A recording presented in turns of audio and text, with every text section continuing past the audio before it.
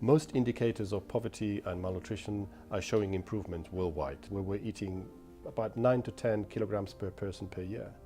And now we eat 20 kilograms per person per year. So that's a double in consumption rate per capita globally in just 40, 50 years. And the way that we've managed to increase that consumption from 9 kilograms to 20 kilograms is because of aquaculture. And aquaculture has been the fastest food production industry in the world for the last 4 decades. And the projections are that we'll reach about 62% of food fish coming from aquaculture by around 2030.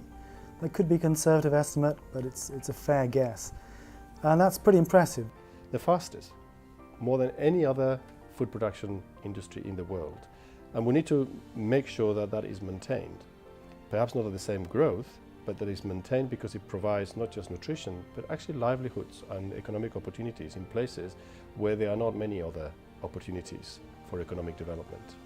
And the one thing that I would really like to see the industry support, the agency stepping up with, is dealing with this sort of issue, trying to help these communities start to either diversify their fisheries or thinking more about how they can move into aquaculture, but how to buffer these changes that potentially are coming.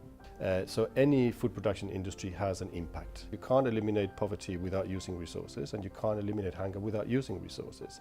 And I think that that's the first thing that one needs to recognize, is that what is the impact that we are prepared to accept and what impacts we are not prepared to accept. So there's a trade-off, and the balance of that trade-off is what we call sustainability. It's like a mantra for me. My job is to make hope possible rather than despair convincing. It's very easy to make despair convincing, but there is hope all around the world. We often end up summarizing the information on particular indicators, and those indicators tend to be quantity of food, trade, and economic development. But there's one element that is very important and is sometimes very difficult to quantify. That's livelihoods. Yesterday when we had a meeting in New York, and the president of Palau was saying that he was a fisherman, and that in his country being a fisherman means being a good husband.